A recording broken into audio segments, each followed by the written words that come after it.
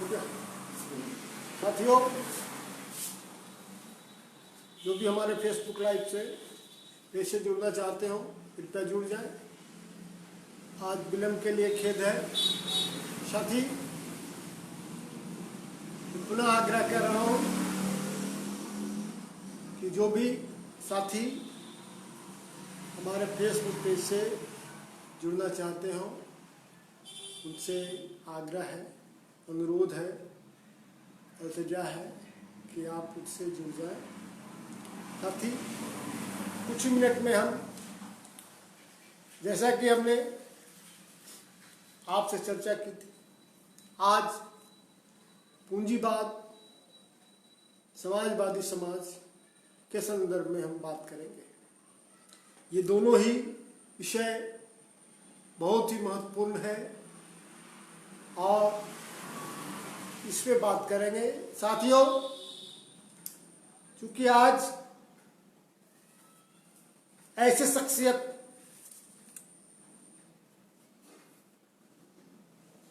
का जयंती है जिन्होंने समाज बदलने की बीड़ा उठाया और दुनिया को छात्र आंदोलन करके दुनिया को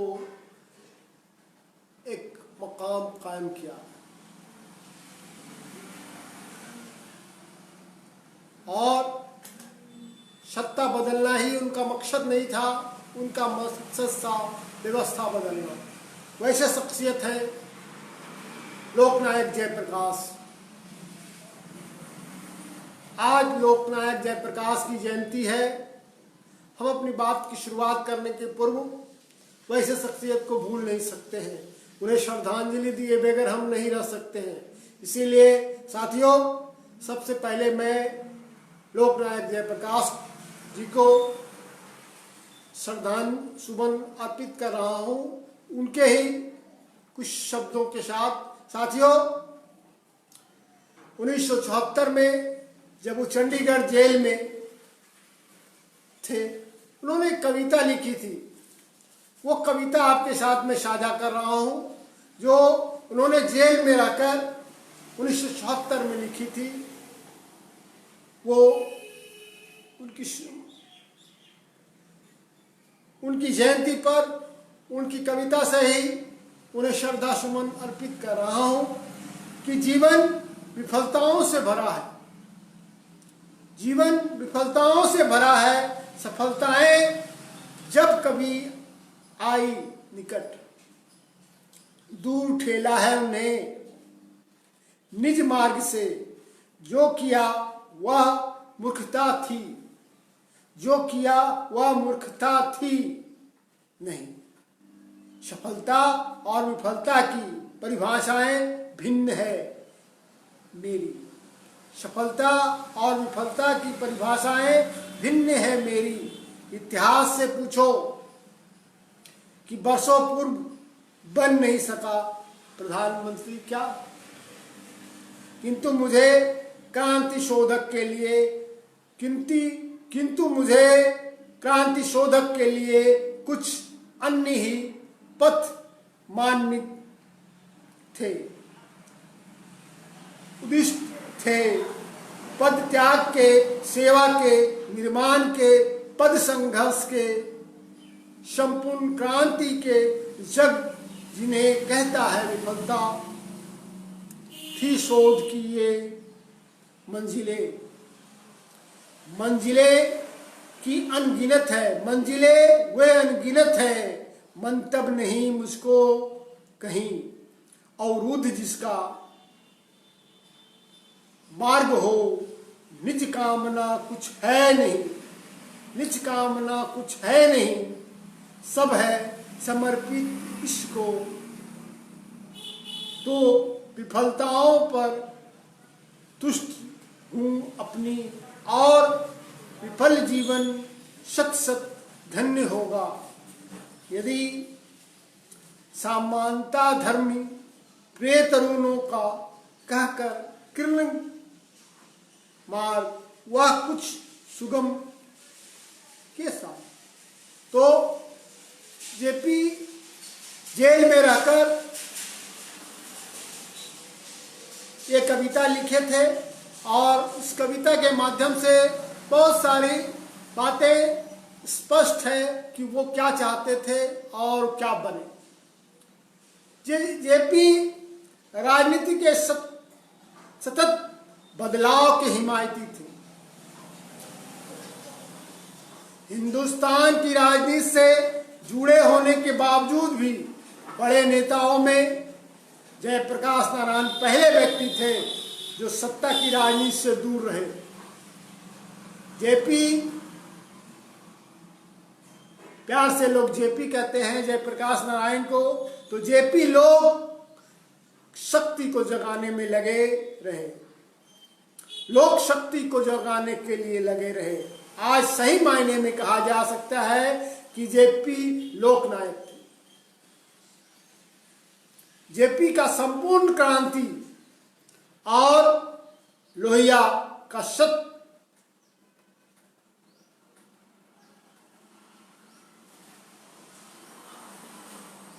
क्रांति में कोई भेद नहीं है। जेपी संपूर्ण क्रांति के जरिए सभी वर्णों को जगाने का काम किया था। उनको सामाजिक न बराबरी, आर्थिक न बराबरी, सांस्कृतिक न बराबरी को आंदोलन के जरिए वो मिटाना चाहते थे।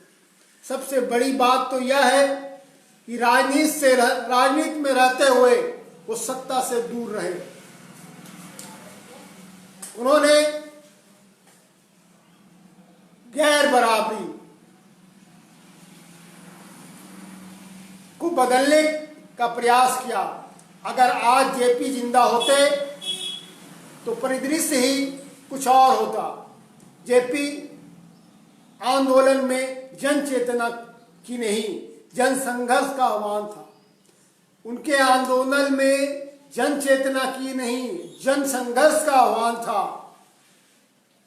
अपने नैतिक प्राधिकार के इस्तेमाल करते हुए पूरी व्यवस्था को बदलने की वाली संपूर्ण क्रांति ही उनका नारा था। वो पूरी व्यवस्था बदलने की बात कहते थे और अंत में उन्होंने 5 जून 1974 को पटना के विशाल मैदान में, पटना के विशाल जनसमूह के बीच, गांधी मैदान के विशाल जनसमूह के बीच पहली बार उन्होंने ये शब्द का उच्चारण किया, संपूर्ण क्रांति। संपूर्ण क्रांति का उच्चारण करते हुए उन्होंने कहा कि भ्रष्टाचार मिटाना है, बेरोजगारी दूर करना है, शिक्षा के में क्रांति लाने हैं। ऐसी चीजें हैं जो आज के व्यवस्था से पूरी नहीं हो सकती है, क्योंकि इस व्यवस्था के लिए क्रांति, संपूर्ण क्रांति की आवश्यकता है। इस व्यवस्था ने संकट पैदा किए हैं और यह संपूर्ण और बहुमुखी है, इसलिए इसके समाधान भी सममुखी, बहुमुखी और संपूर्ण होने चाहिए। उन्होंने 7 क्रांति को शामिल किया जो इस तरह से है साथियों: राजनीति, आर्थिक, सामाजिक, सांस्कृतिक, शैक्षणिक, बौद्धिक और अध्यात्म। ये 7 क्रांति को मिलाकर उन्होंने सप्त क्रांति, उन्होंने संपूर्ण क्रांति कहा और इसी तरह से लोहिया जी ने सप्त क्रांति कहा। तो साथियों, आज वैसे शख्सियत को याद करते हुए आज हम उन्हें नमन करते हैं और हम अपनी बातों पे आते हैं। साथियों, उन दिनों 70 के दशक पूरा देश आंदोलित था। पूरे देश में 2 तरह की लहरें चल रही थी। एक छात्र आंदोलन जिसकी अगवानी जेपी जैसे लोगों ने किया, दूसरी ओर वाम जनवादी शक्तियों की लहरें जो समाजवादी व्यवस्था को कायम करने के लिए लग रही थी। और उन दिनों ऐसा लग रहा था कि अब देश में समाजवाद जल्द ही आ जाएगा और ये पूरी व्यवस्था बदल दी जाएगी। तो दोस्तों 70 दशक से आज 50 वर्ष गुजर गए, लेकिन स्थितियों में विपरीत बदलाव आया और आज हम पूंजीवाद के गहरे मकर जाल में फंसते जा रहे हैं। तो पूंजीवाद को समझने के लिए दोस्तों सबसे पहले हमें समझना होगा कि वो कहाँ से चले और किन स्थितियों में हम पहुंचे हैं। पूंजीवाद पे बात करने के पूर्व हमें समझना होगा कि हम पूंजीवाद कब और कैसे किन परिस्थितियों में सामने आया। दोस्तों यूं तो इंसानी जीवन के प्रादुर्भाव के बाद जब इंसान धरती पे आया तो नंग धड़ंग जंगलों में रहकर फल मूल खाकर जीवन यापन करता था। धीरे धीरे उन्होंने बहुत सारे चीज़ों को सीखा, आग सीखा, पहिया सीखा और रहना सीखा, घर बनाया और उनके जीवन बहुत हजारों हजार वर्ष तक खाना बदोशी का रहा।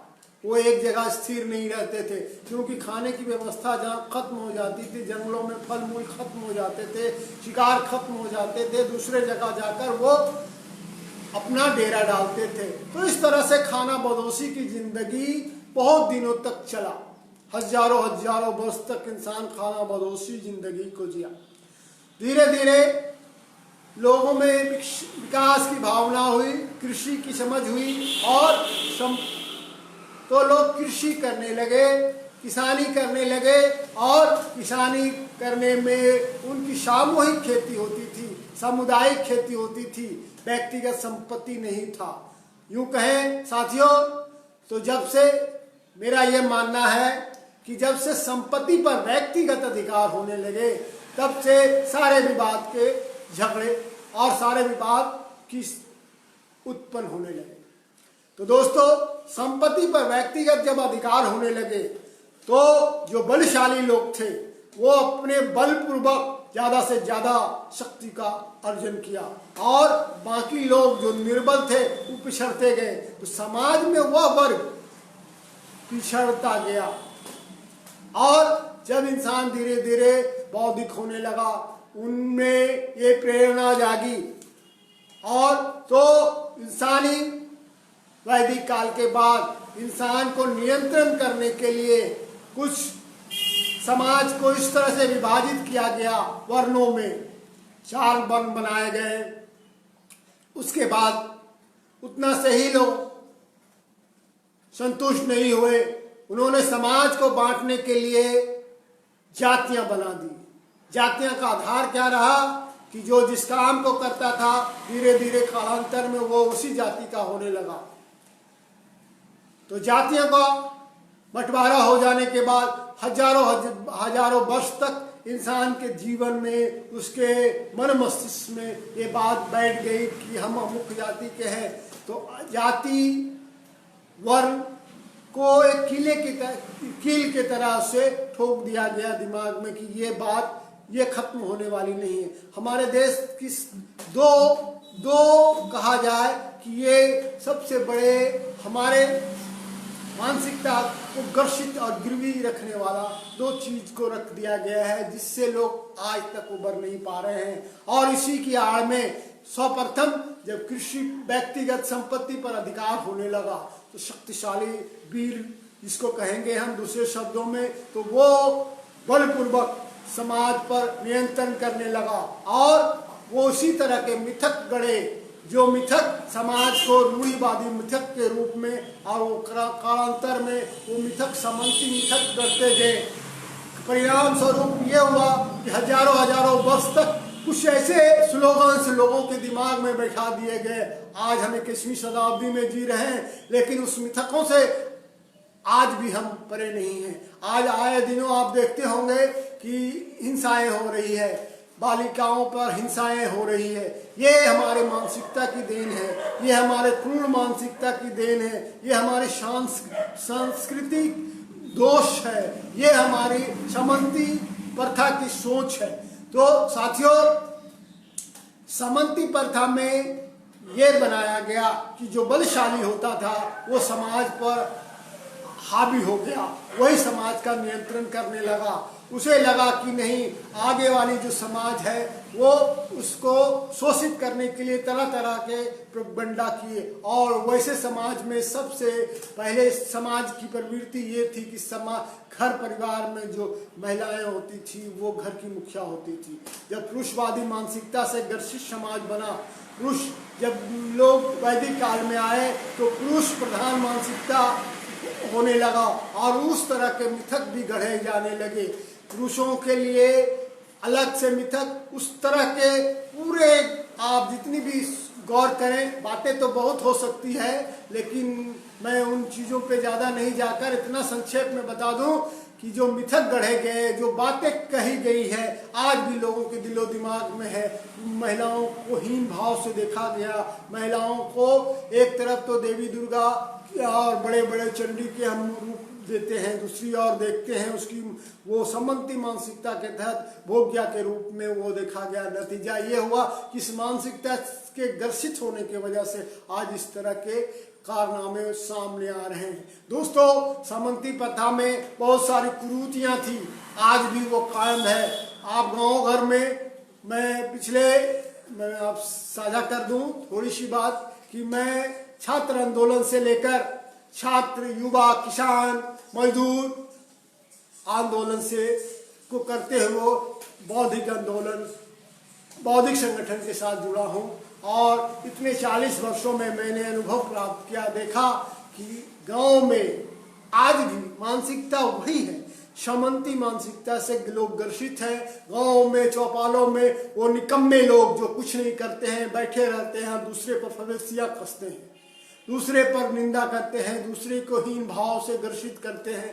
और समाज में जो प्रबुद्ध लोग हैं, वैसे वर्ग हैं, वैसे लोग हैं जो कि इस समाज के दकियानुसी ख्यालात से अलग हटे रहते हैं, उन्हें लोग प्रताड़ित करते हैं, मानसिक, शारीरिक और तरह तरह की प्रताड़ना करते हैं, उनके खिलाफ में साजिश रचते हैं। तो ये समाज में उस जमाने से हजारों वर्षों से होती आ रही हैं और आज भी वही कायम है।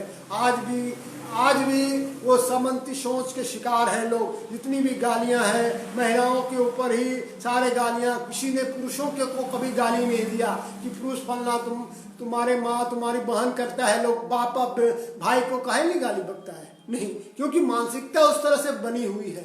तो इस तरह की मानसिकता के शिकार लोग हैं और उसके बाद सामंती प्रथा को और मजबूत करने में जब अंग्रेजी हुकूमत हमारे यहाँ हुआ तो उन्होंने जमींदार प्रथा का उन्मूलन किया। जमींदारी प्रथा को नया रास्ता खोला, जिससे और उसे बल मिला और जो खास करके जमींदार लोग होने लगे वो महंत होने लगे। आज भी समाज की प्रवृत्ति क्या है कि जो दो वर्ग है, एक 70 के दशक में बड़ा ही प्यारा स्लोगन दिया जाता था, खटने वाला कमाने वाला ही खाएगा, और कमाने वाला ही खाएगा कहने का मतलब है जो कमाएगा वही खाएगा और दूसरे लोग वो छूट गया क्या, दूसरे लोग जो हरामखोरी करने वाले लोग हैं वो उनका कोई नहीं चलने वाला है। लेकिन आज स्थिति उलट है दोस्तों, आज विपरीत स्थिति है। आज कमाने वाला हाशिए पे है, खटने वाला हाशिए पे है, चाहे वो मजदूर हो, बौद्धिक काम करने वाले लोग हो, जो सरकारी व्यवस्था से अलग रहने वाले लोग हों, वो सारे लोग हाशिए पे हैं। जो बौद्धिक कार्य कर रहे हैं वो आज हाशिए पे है। समाज का इस तरह से विभाजन हुआ। आप भी समाज का वो स्वरूप, वो सामंती स्वरूप है। आप अगर सड़कों पे चलते होंगे तो आप देखते होंगे कि आज समाज की उदारता कितनी बढ़ गई है कि हर चलने वाला व्यक्ति ये समझता है कि हम ही सबसे श्रेष्ठ और महत्वपूर्ण व्यक्ति हैं और उसे ही सबसे पहले चलना होगा। इसी वजह से आए दिन दुर्घटनाएं हो रही है। तो आप महसूस करेंगे कि समाज की मानसिकता भी किस तरह से बदली है। तो अंग्रेजी, मैं कह रहा था दोस्तों कि अंग्रेजी हुकूमत के आने के बाद जमींदारी प्रथा को और बल मिला और एक नई तरह के लोगों का उदय हुआ। और साथ ही साथ उन्होंने अपने साथ उद्योग और औद्योगिक क्रांति के बाद उद्योग उद्यम से संबंधित चीज लेते आए। तो उद्योग में मायने रखता है, 5-6 मुख्य अवयव हैं किसी भी उद्यम को चलाने के लिए: मजदूर, रॉ मटेरियल, जमीन, मशीन और पूंजी। तो ये चीज है और तभी किसी चीज का हम उत्पादन करते हैं। लेकिन पूंजीवादी व्यवस्था की शुरुआत भी ये अंग्रेजों की देन है। भारत में पूंजीवादी व्यवस्था की शुरुआत, सामंती प्रथा के, जमींदारी प्रथा की शुरुआत अंग्रेजी हुकूमत के कारण काल में हुआ। और पूंजीवादी व्यवस्था का, तो पूंजीवाद का मुख्य मकसद है, पूंजीवाद आज इतनी सर चढ़कर बोल रहा है कि आप अगर गांव में रहते हैं, गांव में जाएंगे, काम करेंगे, या अगर संगठन करते हो या फिर जनवादी संगठनों से जुड़े हुए हैं, वाम जनवादी संगठनों से जुड़े हुए हैं, तो आप एहसास करते होंगे साथियों कि आज समाज का प्रारूप क्या हो गया है, क्या स्वरूप बदल गया है। आज हर आदमी को ये पाठ पढ़ा दिया गया है, लाभ और हानि की गणित। पूंजीवाद का सबसे महत्वपूर्ण गणित है लाभ और हानि, फायदे की गणित। आज आप किसी व्यक्ति से जाकर, वो बेगारी बैठे हुए हैं, कोई काम नहीं करता है, बैठ के गांजा पीता है, बैठ के दारू पीता है, बैठकर लोगों की फवतियाँ कसता है, बैठकर गप्पे करता है। लेकिन आप अगर उसे अपनी समस्या के लिए आंदोलित होने के लिए कहेंगे तो वो उनके पास वक्त नहीं है। क्यों? क्योंकि सोच में ये, मानसिकता में ये डाल दिया गया है कि आप फायदे, फर्स्ट से वो पूछेगा कि फायदा, आप लोकल भाषा में मैं कहूँ तो वो क्या फायदा होगा, क्या फायदा होगा, क्या जाएंगे तो हमको क्या मिलने को है। तो ये मानसिकता के शिकार हो रहे हैं। आज बहुत हद तक हमारे जो आंदोलन, हमारी जो लड़ाइयाँ हैं, हमारे जो संघर्ष हैं, वो कुंद होने का मुख्य वजह है कि 70 के बाद के दशकों में समाज की व्यवस्था पूंजीवादी उन्होंने इस तरह से ग्रसित कर दिया है कि आम लोगों तक पूंजीवाद की सोच को, आम जन तक, पहले पूंजीवादी सोच सिर्फ पूंजीवादियों तक ही था, लेकिन आज वो आम जनों तक पहुंचा दिया गया है। आम जन भी सिर्फ फायदे की बात सोचता है और स्वार्थ, यूं कहे कि वोक्तावाद, बाजारवाद और स्वार्थवाद इस तरह से विलुप्त हो गया है कि आप आए दिनों देखेंगे जिन लोगों ने, मैं नाम नहीं लूंगा लेकिन आप समझ जाएंगे कि जिन लोगों ने लोहिया और जेपी जैसे लोगों को अपना आदर्श बनाकर आगे आए, उन्होंने कहा कि हम वंशवाद के विरोध में सत्ता पे आएंगे, समाज को बदलेंगे, वो सारे लोग वंशवाद के शिकार हो गए हैं। आज उनका बेटा, पोता, पत्नी, साला, साली, फलना चिल्ला, सारे लोग सत्ता के गलियारे में घूम रहे हैं और वो सत्ता उन लोगों से उबर नहीं पाया है। आज भी सिर्फ वंशवाद के शिकार है हमारे यहाँ की राजनीतिक व्यवस्था। तो ये हमारे अंदर में कितनी गिरावट आई है 70 के बाद। आप देखेंगे कि हमारे चुनावी प्रक्रिया में कितनी गिरावट आई। यूं तो कहते हैं हम लोकतंत्र है, लोकतंत्र का मतलब होता है कि आम आवाम की मौजूदगी, आम आवाम की प्रतिनिधित्व। आज आप सच्चाई से देखेंगे इस लोकतंत्र में आवाम की कहाँ भूमिका है। आवाम की भूमिका सिर्फ वोट देने तक है। आवाम की भूमिका, आवाम कभी चुनाव नहीं लड़ सकता है। आज की इस परिदृश्य में आज चुनाव की स्थिति ये है कि एक मुखिया चुनाव लड़ता है तो लाखों रुपया खर्च करने होते हैं। एक मुखिया के लिए भी एक सामान्य व्यक्ति उसके लिए अयोग्य है क्योंकि उसके पास में पैसे नहीं है। आज कहते हैं लोग कि समाज के वो तबकों को आना चाहिए, लेकिन वो कैसे आएगा? जो मशक्कत करके ईमानदारी से जीकर सामने आया है, तो वो कैसे आएगा? आपके उस व्यवस्था में तो ये गरीब के बच्चों, गरीब के लिए ये देश की 70% लोग, 70% लोग आज भी नाशाद हैं। तो जब 70% लोग आज भी नाशाद हैं और इस देश पे कब्जा मुख्य रूप से कुछ % लोग कर रहे हैं। आज चुनाव का नतीजा ही देख लीजिए, 20 से 25% लोग चुनाव में जीत लेते हैं, मत लाकर वो चुनाव जीत जाते हैं और 80% लोगों के ऊपर में शासन करते हैं। तो ये हमारे बदलाव के नतीजा है। आज आप देखेंगे कि पार्लियामेंट जैसे जगहों में ज्यादातर लोग आपराधिक छवि वाले लोग हैं, ज्यादातर लोग जो करोड़पति हैं, आम जो कम पैसे कमाने वाले लोगों की संख्या कमती जा रही है। तो ये परिदृश्य सामने आया है लोकतंत्र का। तो आज ऐसे में लोकतंत्र हंसिए पे है, खतरे में है। और 70 के दशक में सारे बातें गूनी जाती थी, विचार विमर्श हुआ करता था। आज जिन लोगों ने विचार विमर्श के लिए बीड़ा उठाए, उन्हीं में भटकाव आया, वही अपनी सत्ता लुलुप होकर भाई भतीजावाद के शिकार हो गए हैं। आज पहले 70 के दशक में, 80 के दशक तक लोग राजनीति में रहने वाले लोगों की स्थिति फटेहाल होती थी। राजनीति में वैसे लोग पहुंचते थे जो बेहतर जिंदगी जीने वाले होते थे, समाज की सेवा करने वाले होते थे। आज आप एक विधायक, कुछ सांसद को देखिए कि एक बार जीत लेने के बाद वह अगर वो मंत्री बन गया तो अपनी 7 पीढ़ी को तार देता है, 7 पीढ़ी तक की कुव्वत रख लेता है। तो संपत्ति पर विभाजन पहले था कि पूंजीपतियों का अंकुश था। आज पूंजीपतियों के साथ इस तरह के तथाकथित लोग भी सम्मिलित हो गए हैं। आप अगर गौर करें पूरे परिदृश्य को, तो पूरे भारत में 125 के करीब लोग हैं जो 75% संपत्ति पर काबिज है। बाकी के आप 129 से ऊपर करोड़ लोग जो 25% की संसाधन पे जीने के लिए मजबूर है।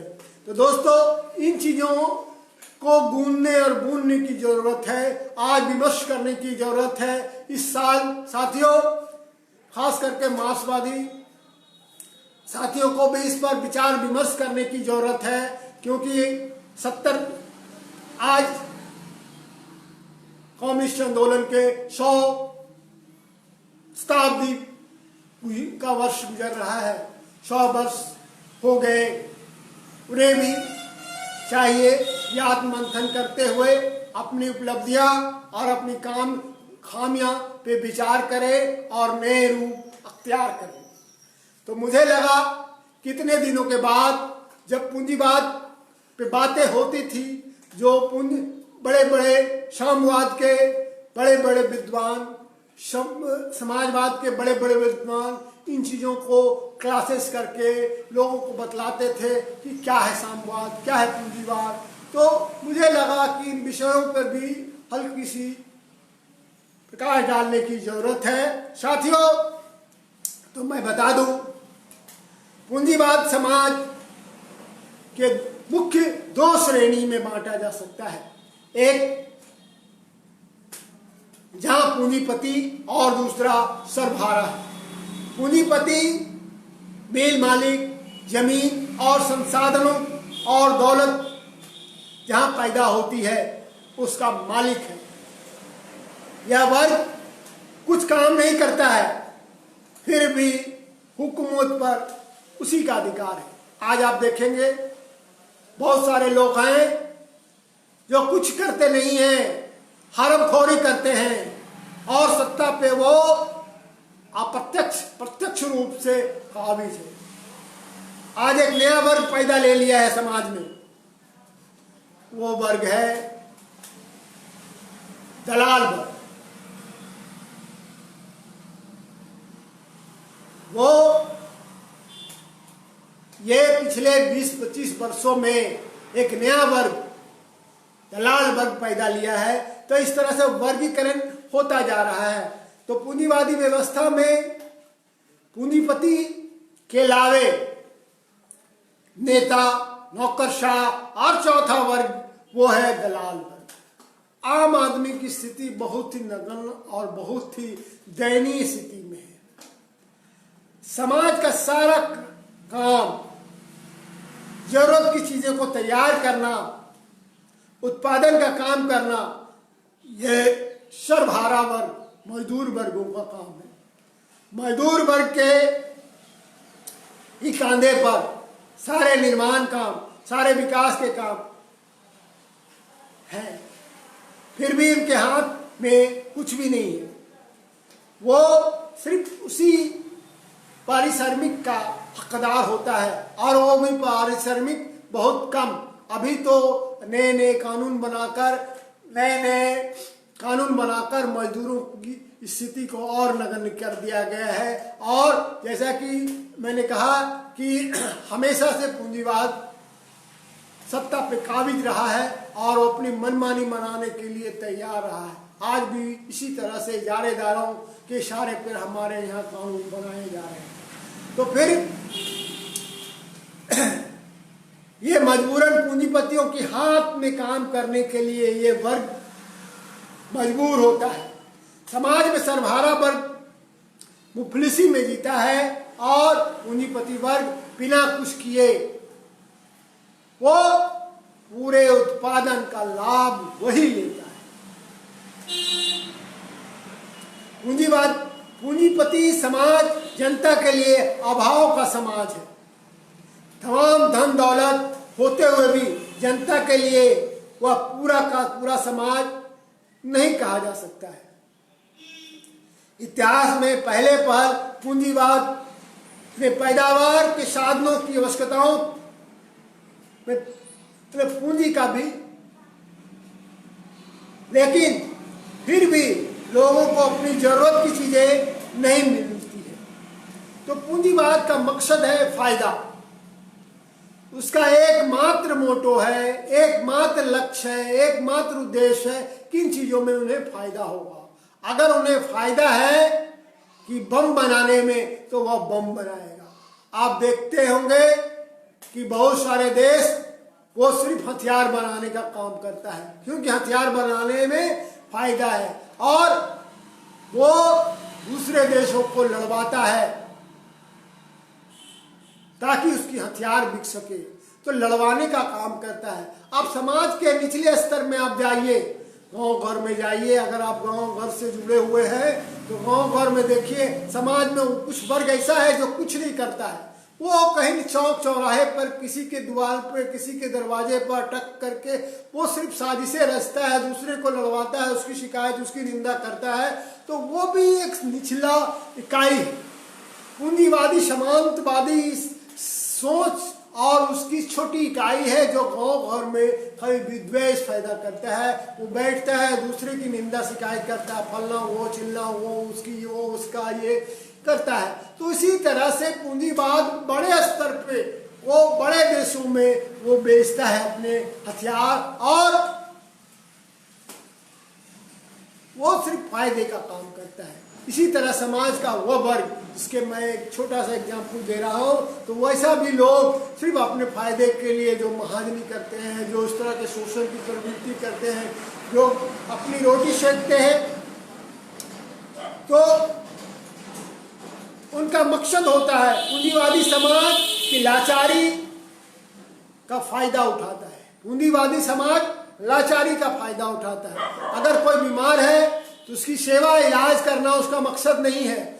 उस बीमार से क्या लेना है, कितने ज्यादा फायदा लेना है, वो उसका मकसद है। आप इसके परिणाम स्वरूप, आप उदाहरण स्वरूप आप देख सकते हैं कि अगर आप बीमार हैं और चले जाएं हॉस्पिटल में, तो आपको फलना चिल्ना ये वो जांच के नाम पर लाखों लाख खर्च हो जाते हैं। जो गरीब व्यक्ति होते हैं उनको ये नसीब नहीं होता है, उसे घर बेचना पड़ता है। अगर कोई कानूनी लफड़े में पड़ता है तो उसे भी उस तरह का शोषण के शिकार होने पड़ते हैं। कहने का मतलब है, जो समाज में पूंजीवादी व्यवस्था, सामंतवादी समाज में जो लाचार है, जो परेशान है, उसे लोग और उससे फायदा लेते हैं। पहले गांव घरों में क्या किया जाता था कि जो जिसकी पिता मर गया, जिसका ये मर गया, तो समाज उसको दबाव देकर नहीं तुमको ये करना है, और इस तरह से वो जमीन घर द्वार सब लिखवा कर उसे श्राद्ध के लिए विवश किया जाता था। तो इस तरह की पूंजी व्यवस्थागत शोषण जो है वो भी कायम है।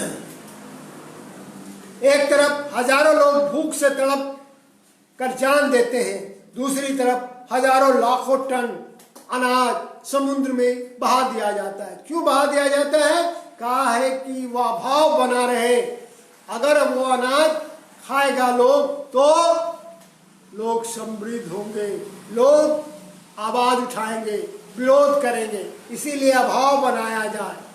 आज क्या है, जो बड़े बड़े इजारेदार हैं वो लोग जमाखोरी करते हैं, अपने घरों में खाद्यान्न को जमा कर देते हैं और दिखाते हैं कि अभावग्रस्ता है। अभी क्या है, स्टॉक नहीं है, स्टॉक नहीं रहने के नाम पर अधिक मूल्य पर वो बेचते हैं। ये छोटे स्तर से लेकर बड़े स्तर पे, गांव भर से लेकर बड़े स्तर पे ये सारी बातें आपको मिल जाएंगी। लेकिन ये सोच, पूंजीवादी व्यवस्था की ये सोच बड़ा ही घिनौना है, जिससे आम आदमी को त्रस्त करके अपना फायदा उठाना है। तो अभी आप गौर करें कि कुछ खाद्यान्न गांव से उठा लिया जाता है। बड़े बड़े उद्योगपति, बड़े बड़े कैपिटलिस्ट, बड़े बड़े कारपोरेट घराने के लोग आज हाट तक किसान को नहीं आने देता है। किसान के यहाँ गाड़ी लगाकर अपने उसके उत्पाद को खरीद लेता है और अपने यहाँ स्टॉक कर देता है। स्टॉक करने के बाद 1 महीने गुजर जाने के बाद जब उसकी खाद्यान्न उस किसानों के घर से उड़ जाए तब वह मूल्य निर्धारण करता है, और मूल्य निर्धारण अब किसान नहीं कर पाता है। किसान जिसकी उत्पादकता है वो नहीं कर पाता है। किसान जिसको हम कहते हैं कि खेतिहर मालिक है वो नहीं कर पाता है। कौन करता है? तो कारपोरेट के लोग करते हैं। पिछले दिनों आपको याद होगा कि आलू 4 रुपये किलो बिक रहा था और किसानों के घर से लेकर आलू को बाजार में 40 रुपये तक को बेचा गया। तो इस तरह ढेरों उदाहरण है दोस्तों। बातें तो बहुत लंबी खींचा जाएगी, तो मैं इन चीज़ों पे नहीं, उनके मूल्य तथ्यों पे, तो उस तरह से उसकी मानसिकता है। धीरे धीरे दुगनी चौगनी मूल्य निर्धारण करके वह हमारे चीज के लिए हमें से पैसा ऐंठता है। हमें हमारे पैदा किए हुए चीज हमसे ही अधिक मूल्यों पे लेता है, क्योंकि हम अब आश्रित होते रह जा रहे हैं, पूंजीवाद का आश्रित होते जा रहे हैं। पहले हमारे यहाँ ये नियम था कि हम अपने पैदावार के लिए बीज रखते थे। आज नया ट्रेड चला, आज गांव घर में लोग खोचर नहीं बांधते हैं। खोचर आप समझते होंगे, जो कि ग्रामीण इलाका से रहते होंगे, तो स्टॉक करते रखते थे लोग, और उसी बिजड़ा को फिर खेती के लिए, और वो बिजड़ा उसके लिए आपातकाल में एक काम आने वाला भी होता था। वो सारी प्रक्रियाएं खत्म हो गई। आज हम आश्रित हैं कि कारपोरेट घराने के द्वारा बनाए गए बीज का उत्पादन ही करेंगे, और वो बीज फिर बीज के रूप में नहीं इस्तेमाल किया जाएगा, पुनः हमको बीज खरीदना होगा। तो इस तरह से आज पूंजीवाद ने हमें अपनी ऐसा ताना बाना मकड़जाल भूल लिया है कि हम उसके बगैर, उसके पर आश्रित रहकर पहले हम रखते थे और उसी से अपने पैदावार करते। तो सारे चीज़ों, अब खाद आपको लेना है, आप बिना फर्टिलाइजर के खेती अब कर नहीं सकते हैं। तो इस तरह से मकड़जाल बनाकर किसानों का दोहन किया गया, गरीबों को, मजदूरों का दोहन किया गया। नहीं, सरकारें आती गई और इजारेदार अपने इशारे पर कानून भी बनाते गए। साथियों, पूंजीवाद सामान्य शांति, अंतर्राष्ट्रीय समाज नहीं होता है। वह एक स्वार्थ और संकुचित शर्म राष्ट्रवादी समाज होता है। जिस देश के अंदर एक पूंजीपति अपने माल को अधिक मुनाफा पर बेचने के लिए दूसरे पूंजीपति से होड़ लगाता है, उसी तरह एक पूंजीपति देश दूसरे पूंजीपति देश को बाजार या उपनिवेश बनाने के लिए होड़ लगाता है। आपको याद होगा साथी, जब औद्योगिक क्रांति हुआ तो इंग्लैंड अपने वस्तुओं को बेचने के लिए पूरी दुनिया को अपना उपनिवेश बनाया। फ्रांस अपने पैदावार के लिए उपनिवेश बनाया। तो वो विकसित राष्ट्र अपने उत्पादन को बेचने के लिए उपनिवेश बनाया। तो ये उपनिवेश की होड़ चली और इस होड़ के नतीजा स्वरूप बड़ी बड़ी लड़ाइयां हुई। आपने देखा first world war, second world war इसी होड़ का नतीजा है। और जो गुलाम देश हो जाता था उसके संपत्ति और उसके सारे चीजों का भोग वो विकसित राष्ट्र, जो दादागिरी करने वाला राष्ट्र जो है वो उसका भोग करता है। जिस तरह से समाज में वो प्रथाएं है। पूंजीवादी समाज श्रेणी समाज है जिसमें चंद इजारेदार पूंजीपति समाज को बहुत बड़े बहुमत का शोषण करता है। चंद लोग, आप गौर करें, पूरे भारत में आज से 10 साल 15 साल पहले 56-57 करोड़पति थे, अरबपति थे। आज उसकी संख्या बढ़ गई है, 150 के करीब हो गई है। और उसके पास इस देश की 70% संसाधन उसके कब्जे में। तो इस तरह से वो बहुमत पर शासन करता है। पूंजीवादी समाज के बहुमत का शोषण आसानी से कर सकने के लिए आवश्यकता है कि वो जनता पर अपनी इच्छा लाद सके। इसके लिए वो सत्ता को काबिज करता है, सत्ता पे काबिज हो और सत्ता के हथियाकर उसी माध्यम से, जिस तरह से याद होगा साथियों, अंग्रेजी हुकूमत जिस समय था, तो अंग्रेजी हुकूमत सत्ता जब काबिज हुआ तो तरह तरह के कानून बनाने लगे और कानून बनाकर लोगों पर नकेल कसने की काम किया। ठीक आज वही हो रहा है। दूसरा तरीका है संचार के साधनों पर वर्चस्व कायम करना, जैसे प्रिंट मीडिया, इलेक्ट्रॉनिक मीडिया,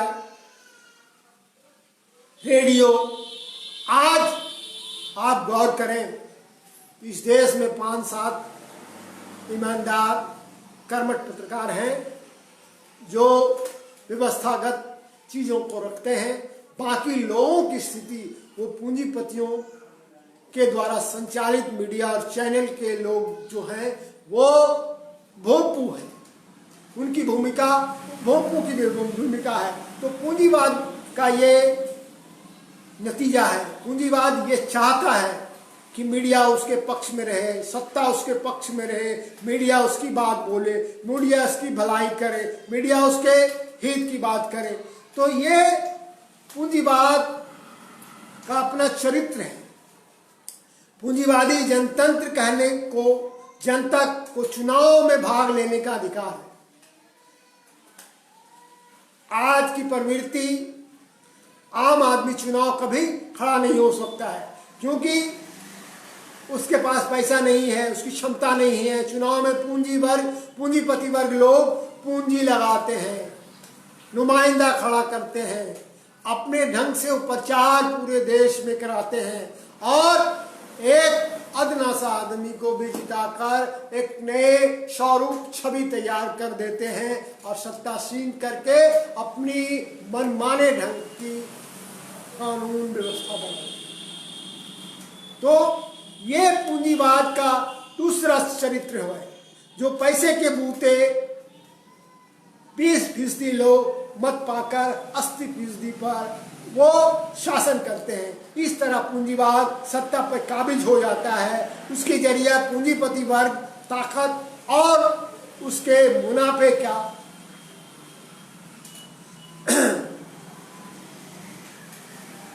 जो ये सब अधिकार और आजादी पूंजीपति रकम और उसकी सत्ता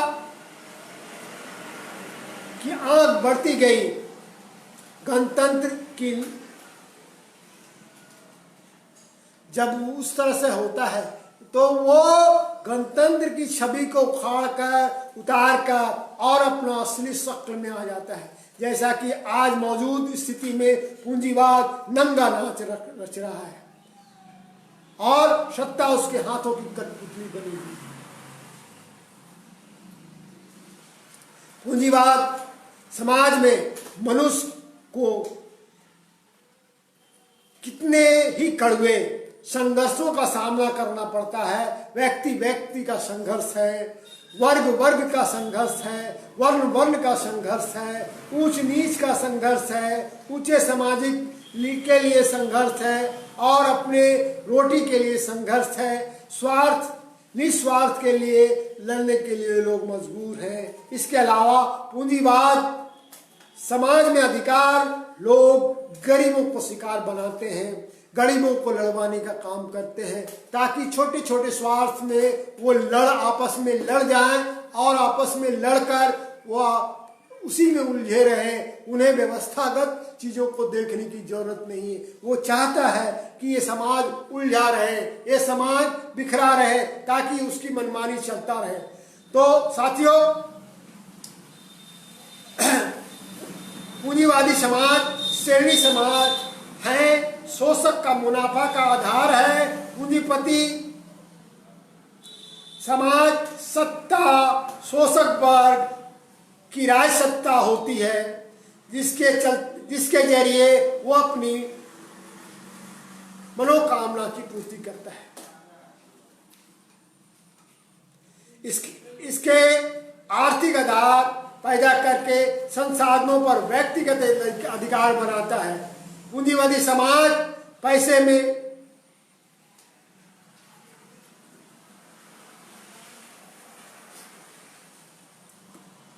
पूंजीवादी समाज में हरामखोरी करने वाला व्यक्ति ज्यादा ओहदेदार और ज्यादा सम्मानित है।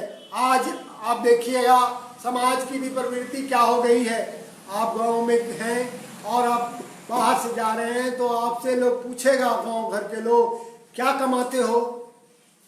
अगर ईमानदारी से कमा रहे हो तो बताओगे कि भाई कि इतनी कमाते हैं। बक तुमसे अच्छा तो वो है जो बिना पढ़े लिखे तुमसे अच्छा कमा लेता है।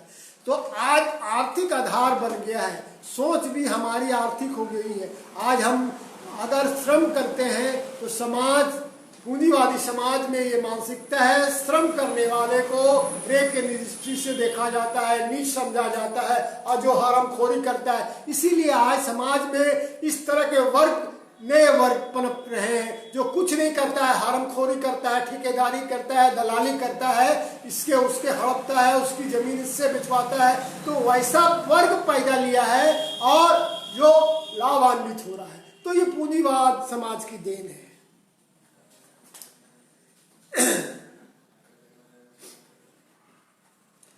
इसके काम करने की शक्ति से बाहर काम लिया जाता है। जो मजदूर है, आज स्थिति क्या हो गई? शिकागो में लड़ाई के बाद 8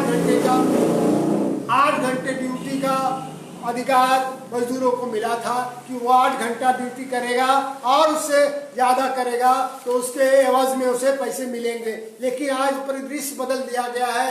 इजारेदारों के इशारे पे आज हर एक कामगार जो एक सेठ के दुकानों में काम करता हो या फिर कहीं काम करता हो, तो उसके समय अवधि को बढ़ा दिया गया है। आज 8 घंटा नहीं, आज 12 घंटा उससे ड्यूटी लिया जाता है, और जितने जितनी मेहनत पैसे दिए जाते हैं उससे ज़्यादा वो मेहनत कराता है। तो दोस्तों, तो ये पूंजीवादी समाज आज आम आदमी तक, आवाम तक अपनी विचार को, अपने सोच को निचले स्तर पर ले जाया गया है। लेकिन सभी लोग पूंजीपति तो नहीं बनते हैं। हम एक वाक्य साथी, यूँ तो मुझे बहुत तरह के संगठनों से जुड़कर मौका मिला है, बहुत सारी शेयर तो हम नहीं कर सकते समय अवधि को देखते हुए, लेकिन एक वाक्य बता दें कि मधुपुर एक छोटा सा कस्बा है और गांधी चौक पे हम कुछ चीज़ों को लेकर आंदोलन करते रहे हैं। तो यहाँ पे इस चौक पे कुछ तथाकथित व्यवसायी वर्ग हैं। जब हम पूंजीवाद की व्यवस्था पर चोट करते हैं तो उन्हें लगता है कि हमारे ऊपर ये चोट कर रहा है। तो ये भी मानसिकता बना दी गई है। जो छोटे स्तर पे भी काम धंधे करने वाले, मुनाफे की काम करने वाला भी अपने को पूंजीवादी वर्ग से समझता है, और वो उसकी मानसिकता भी वही हो गया है, और वो भी उसी तरह का शोषण करता है जो मानसिकता का शिकार है। आप एक छोटे से दुकानदार के पास जाइए, उसकी सोच भी उसी पूंजीवादी मानसिकता से वो ग्रसित है। जो नहीं कुछ करता है उसकी भी सोच उसी मानसिकता से ग्रसित है। तो ये व्यवस्थागत जो सोच है वो आवाम तक आ गई है। पहले सामंती प्रथा था, आज पूंजीवादी व्यवस्था है, पूंजीवादी समाज है। तो सामंतीवादी सोच हमारी खत्म नहीं हुई है, सामंतीवादी सोच भी कायम है और पूंजीवादी सोच भी कायम है। दोनों मिलकर इस समाज के निचले तबके के जो खटने कमाने वाले मेहनत का शिक्षक लोग हैं उनके साथ में दोहन और शोषण कर रहे हैं। आपने सुना, आपने जाना। अब मैं वो व्यवस्था की बात कर रहा हूँ जो व्यवस्था अभी कायम नहीं हुई, जिसके लिए स्लोगन दिया जाता रहा कि समाजवाद आई भैया, समाजवाद आई। समाजवाद तो आज आया नहीं, लेकिन मैं समाजवादी चरित्र के बारे में आपको रूबरू करा दूं कि समाजवादी समाज पूंजीवादी का पहला बुनियादी अंतर है कि समाजवाद में पैदावार, लेन देन सभी समाज जैसे जमीन, कल कारखाना, बैंक पर पब्लिक संपत्ति, वह सभी एक व्यक्ति और चंद व्यक्ति का न होकर पूंजीवादी समाज में क्या है कि इसकी बपौती होता है वो संपत्ति। लेकिन समाजवादी व्यवस्था में किसी व्यक्ति की बपौती नहीं होता है, वो पूरे समाज की संपत्ति होता है और पूरा समाज उसमें अधिपत होता है। कोई मुट्ठी भर पूंजीपति उसमें हकदार नहीं होता है, पूरा समाज होता है और वह समाज का संचालन होता है मजदूरों, किसानों, सर्वहारों के द्वारा। हर किसी को कुछ न कुछ काम दिया जाता है।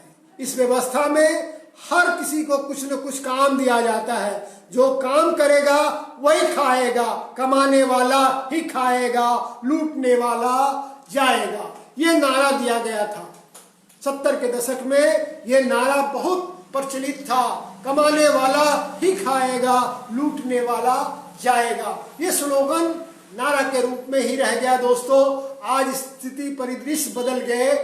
आज हमें इन चीज़ों पे भी बात करने की ज़रूरत है, इस पे भी विमर्श करने की ज़रूरत है कि समाजवादी सोच रखने वाले हमारे जो साथी हैं, हम जैसे लोग हैं, वो क्यों और क्यों को पिछड़ गए हैं, इस पे भी विचार करने की ज़रूरत है।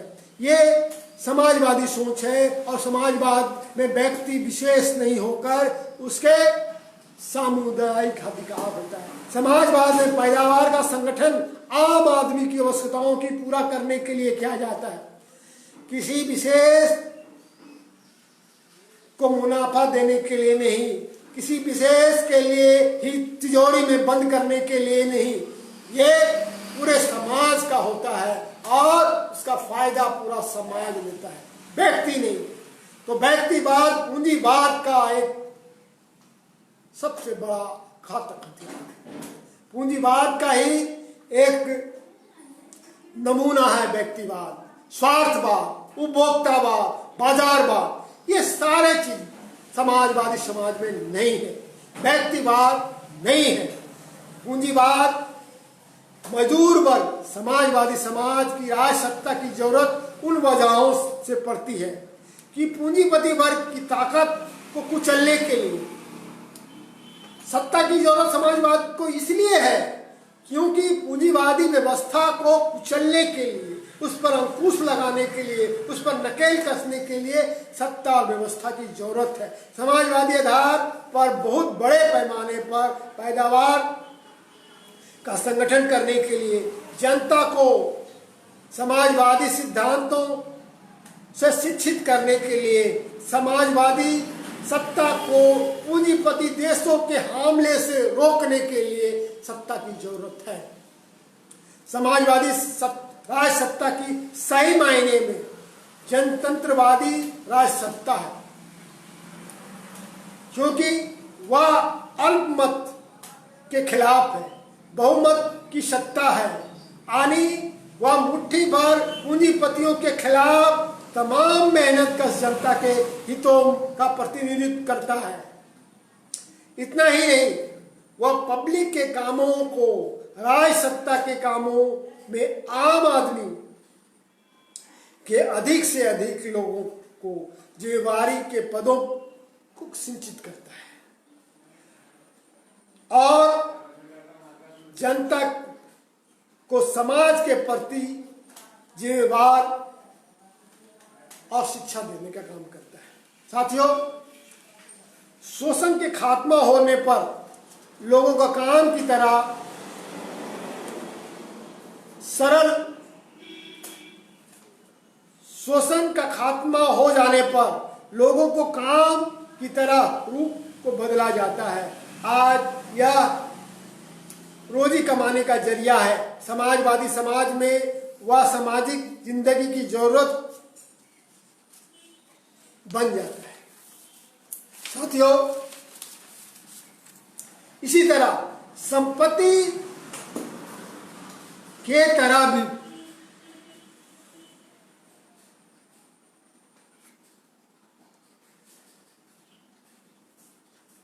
और संपत्ति का केंद्रीकरण यहां नहीं होता है। समाजवादी समाज में यहां मुनाफाखोरी, शोषण है ना, को खत्म कर दिया जाता है। समाजवादी समाज में पारिवारिक जीवन का भी एक नया महत्व होता है। इसमें परिवर्तनों के फलस्वरूप पुराने नैतिकता की जगह नए नैतिकता का विकास होता है।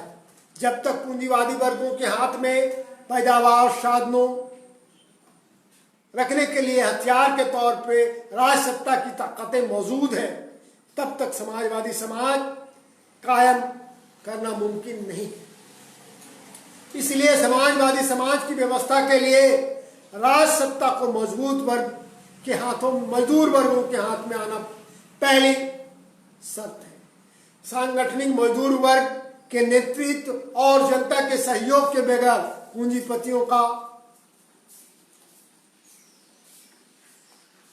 हाथ से राजसत्ता छीना नहीं जा सकता है। दूसरी बात यह है कि सिर्फ लोकसभा या विधानसभा में बहुमत पाने से राजसत्ता पर मजदूरों के अधिकार नहीं हो सकते हैं। इसके लिए मजदूर वर्ग को राजसत्ता के सभी कल पुर्जों पर अपने हाथ में लेना होगा और उसके सारे कल पुर्जों को अपने ढंग से उसे व्यवस्थित करना होगा। तो प्रतिनिधि पर कानून व्यवस्था रहते हैं तब भी उसे लागू पूंजीपति और जमींदारों के भाई भतीजा की लंबी, देखिए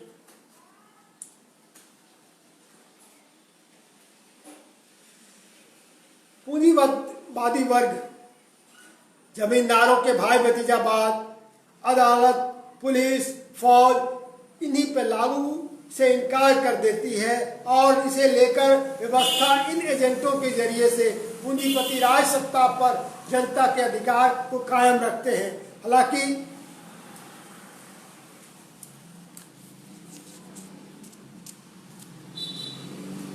साथियों, तो राजसत्ता वह हथियार है जिसके द्वारा एक वर्ग दूसरे वर्ग पर दबाव रखता है।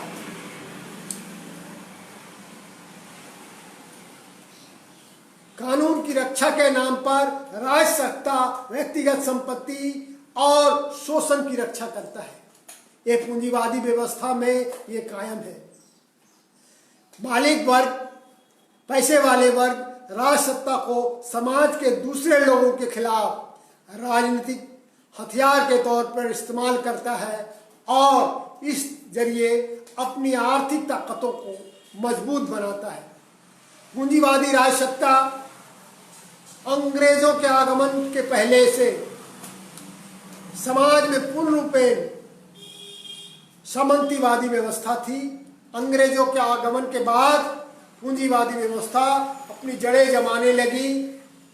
आजकल पूंजीवादी दुनिया में दो तरह के लोकतंत्र और देश हैं। तो दोस्तों, पूंजीवादी समाज में राजसत्ता का मकसद, जिसे हम आज लोकतंत्र कहते हैं, वो पूंजीवादी जनतांत्रिक राजसत्ता है। और ये यहाँ फासिस्ट राजसत्ता हमेशा शासन वर्ग के हितों की रक्षा करता है। इस हालात में मजदूर वर्ग पूंजीपतियों के शोषण के शिकार होते हैं, उससे छुटकारा पाना मुश्किल है। इस तरह से राजसत्ता अपना अधिकार जमाकर सारे कल पूर्वजों के नए सिरे से खड़ा करने की जरूरत है। दूसरे शब्दों में कहें तो समाजवाद स्थापित करने के लिए सबसे पहले मजदूर वर्ग को पूंजीवादी व्यवस्था को पूरी तरह से खत्म करके उसके स्थान पर मजदूर वर्ग की राजसत्ता को कायम करनी होगी। मौजूदा पूंजीवादी राजसत्ता में बहुत सुधार, और अगर हम चाहते हैं तो वो सुधार संभव नहीं है। दोस्तों, समाजवादी राजसत्ता मजदूर वर्गों की राजसत्ता है। समाजवादी राजसत्ता एकाधिकार सर्वहारा के राजसत्ता है। तुम्हारा काम है क्या? चलो इसको साथियों, हम अपनी बात यही समाप्त करते हैं।